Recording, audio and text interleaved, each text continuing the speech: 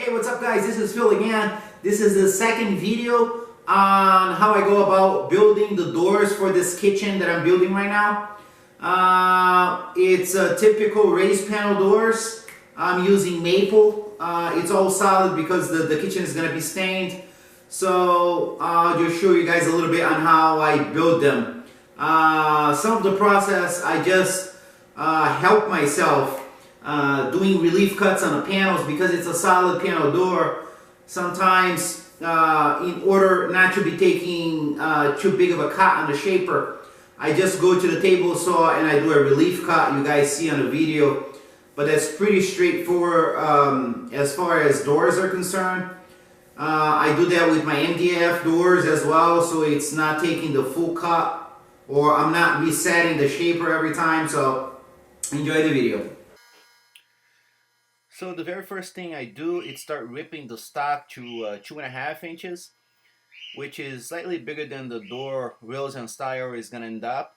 At this point, I just rip everything big because I'll be taking some off on the shaper, and when I size the doors, I'll be taking another 16th or 32nd off. So then I move on to the shaper, and at this point I just changed the cutters that was in the shaper itself. I'm using a Freeborn cutter, which is a 3/4 inch bore. It's a very nice cutter. Then I move on to the table saw and pre-cut everything, cut everything to length and width, and then I go back to the shaper and I start coping all the pieces. In this case, I'm using this homemade slab, but I know that there is Rockler has it, and some other manufacturers in the market has coping slabs. But this one works fine for me, and I always put a piece, a negative piece, in the back of the profile so it doesn't blow out when I pass the shaper cutter. Then the next step I do, it's once that I have all the pieces coped, I move on to the interior of the door, which is like the raised panel doors. And because of the width of the door, in this case, I managed to do, I didn't have to do any glue ups. So that's what I try to do most of the time. If the door is too wide, I like to do a glue up simply because it prevents the wood from warping and moving too much. So, but in this case, the measurements worked out perfectly. So, the after I cut all the panels to width and length, typically on this case, because it's a raised panel door, I do a relief cut on the table saw, simply so it doesn't take too much material on the shaper. I mean, you can do it in several passes on the shaper itself, but by raising the cutter. But to me, it's a lot easier to just do a relief cut on the table saw, then you just do one pass on the shaper. And because it's maple burns a lot if you're taking too big of a cut. So it takes a little longer, but the process is perfect.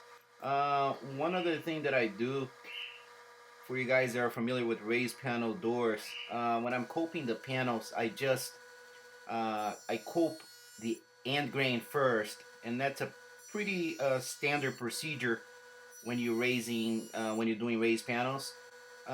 It's much easier and much safer to do the end grain than you do the long grain, and the panels won't explode back there at the end when it passes through the shaper.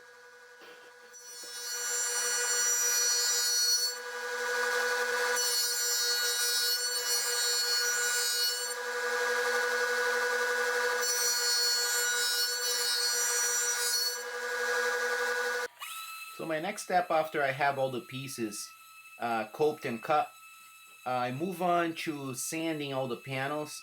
Because this is a raised panel door and I have some narrow doors, I typically sand all the panels separately so I can achieve a better finish, and I can get into the profile, into the corners, and into the raised profile itself. And the other thing, it's because maple it's such a dense wood when it comes to making raised panel doors like this, and my shaper cutter I don't think it's the sharpest right now. it burned a little bit, so I want to make sure that I want to get into that profile and sand everything out, because this kitchen is going to be stained and I don't want to show the burn marks through the stain.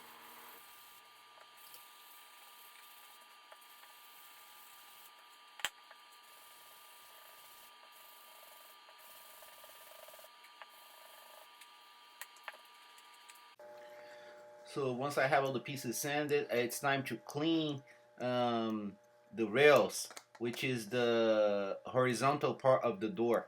Uh, Again, because it's maple, sometimes you leave a little hair of wood there, and I try to clean it so when you're closing the profile, it doesn't get jammed up in there and gunked up in between the rails and stiles, and make sure that that joint is going to be nice and tight. But it's a typical standard door, so I'm just using Titebond 3 glue, which is I'm in the northeast corner. So the temperatures start dropping through the winter, so I move on to using the Titebond 3 because it's a little more resistant to the cold weather. And I just make sure when I assemble the doors that the doors are nice and square, and the profiles are closing nice.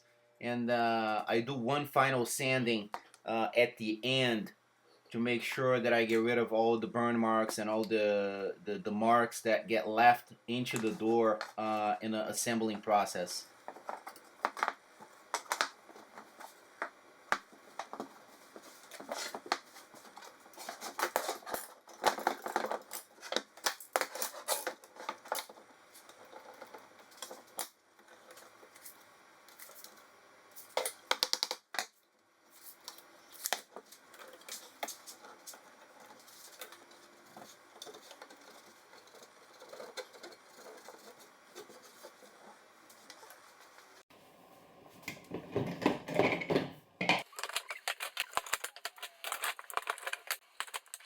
So normally what I do when I'm making doors, I leave to glue up the doors at the end of the day. So I leave them to dry overnight. And when I come back in the next morning, I unclamp everything. And then I start sizing the doors accordingly to my opening into the face frame. So in this case, like I said in the beginning, I make my doors exactly to the opening.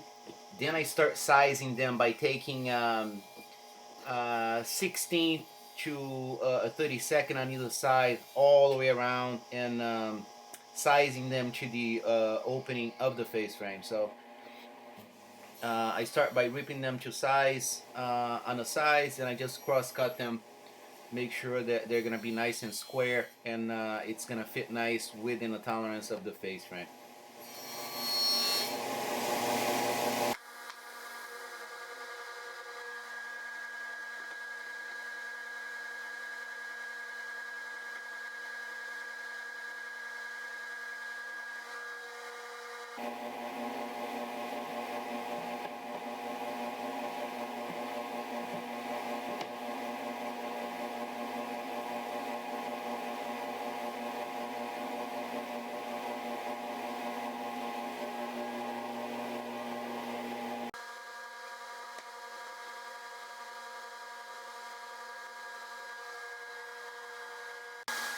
So once I have all the pieces, all the doors sized, I move on to one of the last parts of the build, which is sanding everything. Typically, I start by sanding the face frame on a white belt sander, and then I pass the doors through. I like to do everything at the same time, so it ensures that everything is the same thickness. Especially when you're doing an inset door like this, you want to make sure that all your doors are the same thickness as your face frame. Otherwise, you're gonna have the door either sticking out or sticking in. So that's what I do. Then I move on to the last process, which is going to my oscillating edge belt sander. Which in this case, I just lightly touch the edges so I get rid of burn marks and saw marks. I don't uh, stay there for too long because I don't want to take any more material out of the doors that I need to.